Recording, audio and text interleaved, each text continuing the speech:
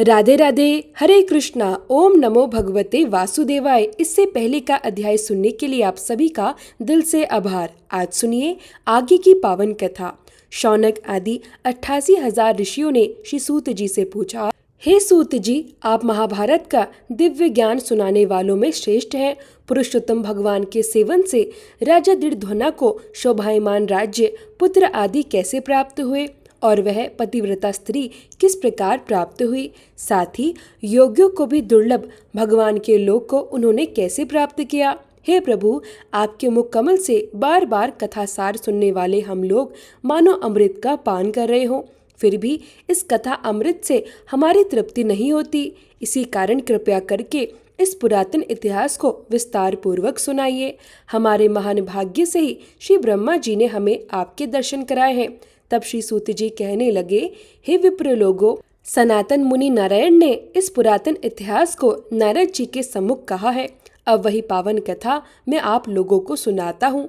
मैंने जैसा अपने गुरु के श्रीमुख से राजा दृढ़ध्वना का पापनाशक चरित्र सुना है, अब आप उसे ध्यान पूर्वक सुनिए। श्री नारायण बोले, हे नारद, सुनिए। अब मैं पवित्र करने वाली गंगा जी के समान राजा दृढ़ध्वना की सुंदर और प्राचीन कथा कहूँगा। आप सभी मन लगाकर इस दिव्य कथा को सुनिए। एक समय की बात है, देश की रक्षा करने वाला बुद्धिमान, सत्य पराक्रमी और धर्मप्रिय चित्रधर्मा नाम का एक महान राजा था। उसे दृढ़ध्वना नाम से प्रसिद्ध, अत्यंत तेजस्वी, सभी गुणों से संपन्न, सत्य बोलने वाला, धर्मात्मा और पवित्र आचरण वाला पुत्र प्राप्त हुआ। उस राजकुमार के कमल के समान लंबे नेत्र थे, चौड़ी छाती थी, विशाल भुजाएं थी। वह अत्यंत तेजस्वी और महान प्रतिभा वाला था। उसने गुरु के मुख से केवल एक बार सुनकर ही व्याकरण आदि 6 वेदांगों सहित वेदों का अध्ययन कर लिया। फिर गुरु को दक्षिणा देकर विधि पूर्वक उनकी पूजा की और गुरु की आज्ञा लेकर अपने पिता चित्रधर्मा के नगर में वापस आ गया। नगर की प्रजा उसे देखकर अत्यंत आनंदित हो उठी। अपने गुणवान पुत्र को देखकर राजा चित्रधर्मा भी अत्यंत प्रसन्न हुआ करते थे। भला इस संसार में इससे बढ़कर और कौन सा सुख हो सकता है कि पुत्र जवान हो, संपूर्ण धर्म को जानने वाला हो और प्रजा के पालन में समर्थ हो। अब मैं उन भगवान श्री कृष्ण की आराधना करता हूँ जो 2 भुजाओं वाले हैं, हाथों में मुरली धारण किए हुए हैं, जिनका मुख कमल अत्यंत प्रसन्न है, जो शांत स्वरूप है और अपने भक्तों को अभय प्रदान करने वाले हैं। जिस प्रकार धूव्र, अम्बरीश, शारदाती, ययाति, प्रमुख, राजा और शिवी, रंतिदेव, शशबिंदु, भागीरथ, भीष्म, विदुर, दुष्यंत, भरत, पृथु, उत्तानपाद, प्रहलाद और विभीषण आदि महान राजाओं ने इस नश्वर शरीर और सांसारिक भोगों को त्याग कर पुरुषोत्तम भगवान की आराधना की और अंत में नित्य विष्णु लोक को प्राप्त हुए, उसी प्रकार राजा चित्रधर्मा ने भी विचार किया। पत्नी, मकान, पुत्र आदि के मोह और बंधनों को त्याग कर वन में जाकर भगवान हरि का भजन करना ही हमारा कर्तव्य है।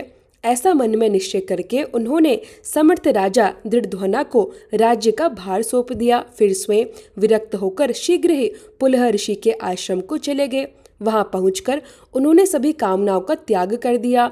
भोजन का भी त्याग करके वे हर समय मन में श्री कृष्णचंद्र का स्मरण करते हुए कठिन तपस्या करने लगे। कुछ समय बाद वे हरि भगवान के परम धाम को प्राप्त हो गए। पिता के परम धाम जाने से राजा दृढ़ध्वना हर्ष और वियोग दोनों भावों से भर गए। वे पितृभक्ति से युक्त थे और विद्वानों के वचनों का आदर करते हुए सभी लौकिक क्रियाएं करने लगे। नीति शास्त्र में चतुर राजा दृढ़ध्वना अत्यंत शोभायमान और पवित्र पुष्कारक वर्तक नगर में राज्य करने लगे। उनकी पत्नी विदर्भराज की कन्या थी, जिसका नाम गुण सुंदरी था। वह अत्यंत सुशील और सुंदर स्वभाव वाली थी। पृथ्वी पर उसके समान रूपवती दूसरी कोई स्त्री नहीं थी। उसने उत्तम आचरण वाले 4 पुत्रों को जन्म दिया तथा संपूर्ण लक्षणों से युक्त चारुमती नाम की एक कन्या को भी जन्म दिया। चित्रवाक, चित्रवाह, मणिमान और चित्रकुंडल, ये 4 पुत्र अपने अपने नाम से दूर दूर तक प्रसिद्ध हुए। राजा दृढ़ध्वना सर्वगुण से संपन्न थे। वे शांत, जितेंद्रिय, प्रतिज्ञा के पक्के, रूपवान, गुणवान, वीर और श्रीमान थे। स्वभाव से अत्यंत सुंदर और वेद व्याकरण सहित 6 वेदांगों के ज्ञाता थे। वे वाक्त चतुर थे, धनुर्विद्या में निपुण थे। उन्होंने काम, क्रोध, मोह, मद और मत्सर जैसे शत्रु को जीत लिया था। वह बाहरी शत्रु का भी नाश करने वाले थे। क्षमा में पृथ्वी के समान, गंभीरता में समुद्र के समान, समता में पितामह ब्रह्मा जी के समान, प्रसन्नता में शंकर जी के समान। एक पत्नी व्रत अर्थात एक ही स्त्री से विवाह करने का व्रत, उसको करने वाले दूसरे श्री रामचंद्र जी के समान। पराक्रम में वे दूसरे सहस्त्र अर्जुन के समान अत्यंत उग्र और वीर थे। श्री नारायण बोले, एक समय की बात है, रात्रि में सोते हुए राजा दृढ़ध्वना के मन में एक गहरी चिंता उत्पन्न हुई। राजा सोचने लगे, आह, यह अद्भुत संपत्ति और वैभव हमें किस महान पुण्य के कारण प्राप्त हुआ है। ना तो मैंने कोई बड़ा तप किया, न दान दिया, न ही विशेष हवन आदि किए। फिर मेरे इस भाग्य उदय और इस महान संपत्ति का कारण क्या है? मैं यह बात किससे पूछूं? इस प्रकार चिंता करते करते राजा दृढ़ध्वना की पूरी रात बीत गई। प्रातःकाल ब्रह्म मुहूर्त में उठकर उन्होंने विधि पूर्वक स्नान किया। फिर उदित होते हुए सूर्य नारायण की उपासना की, भगवान की पूजा अर्चना की, देव मंदिर में जाकर देवताओं का पूजन किया। इसके बाद ब्राह्मणों को दान देकर उन्हें प्रणाम किया और फिर घोड़े पर सवार हो गए। उसके बाद शिकार खेलने की इच्छा से वे वन की ओर चले गए। वहां पर उसने बहुत सारे हिरण, सुअर, सिंह और चवरी गाय का शिकार किया। इसी समय राजा दृढ़ध्वना के बाण से घायल होकर एक हिरण बाण सहित एक वन से दूसरे वन की ओर भाग गया। रक्त से भीगे हुए मार्ग को देखते हुए राजा भी उस हिरण के पीछे पीछे चलता गया, लेकिन वह हिरण एक घनी झाड़ी में छिप गया और राजा उसे वन में खोजता ही रह गया, परंतु वह हिरण उसे कहीं भी दिखाई नहीं दिया। प्यास से अत्यंत व्याकुल होकर उस राजा ने समुद्र के समान विशाल एक तालाब को देखा। वह तुरंत वहां गया और जल पीकर एक किनारे पर चला गया।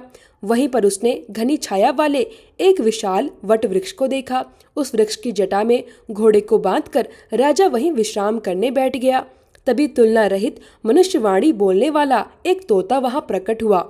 राजा को बैठा देखकर वह उसे संबोधित करते हुए एक ही श्लोक को बार बार पढ़ने लगा। इस पृथ्वी पर विद्यमान अतुल्य सुख को देखकर भी तू आत्मा का चिंतन नहीं करता, तो इस संसार सागर के पार भला कैसे जाएगा? वह तोता राजा के सामने बार बार यही बात दोहराने लगा। राजा उसके वचनों को सुनकर अत्यंत आश्चर्यचकित हो गया और उसके प्रति मोहित भी हो गया। वह मन ही मन सोचने लगा, यह शुक पक्षी दुख से दूर करने योग्य सार से भरे हुए नारियल फल के समान अगम्य एक ही श्लोक को बार बार क्यों पढ़ रहा है? कहीं यह भगवान वेद व्यास जी के श्रेष्ठ पुत्र श्री सुखदेव जी तो नहीं है, जो श्री कृष्णचंद्र के सेवक है? क्या यह मुझे मोह और संसार सागर में डूबा हुआ देखकर राजा परीक्षित की भांति कृपया करके मेरा उद्धार करने की इच्छा से मेरे पास आए हैं? इस प्रकार मन में अनेक चिंताएं करते हुए राजा की सेना पास आ गई। फिर वह शुक पक्षी राजा को उपदेश देकर स्वयं अंतर्ध्यान हो गया। उस शुक पक्षी के वचनों को याद करता हुआ राजा अपने नगर में वापस आ गया। अब स्थिति यह हो गई कि बुलाने पर भी वह किसी से नहीं बोलता था और निंद्रा रहित होकर उसने भोजन का भी त्याग कर दिया था। तब एक दिन एकांत में आकर उसकी रानी ने राजा से पूछा। गुण सुंदरी कहने लगी, हे पुरुषों में श्रेष्ठ, यह मन में कैसी मलिनता आ गई है? हे राजन, हे पृथ्वी के रक्षक, उठिए उठिए, भोगों को भोगिए और कुछ वचन तो बोलिए। देवताओं से भी दुख दूर करने योग्य उस सुख पक्षी के सत्य वचनों को याद करके आप मौन क्यों हो गए हैं? लेकिन राजा दृढ़ध्वना कुछ भी नहीं बोला।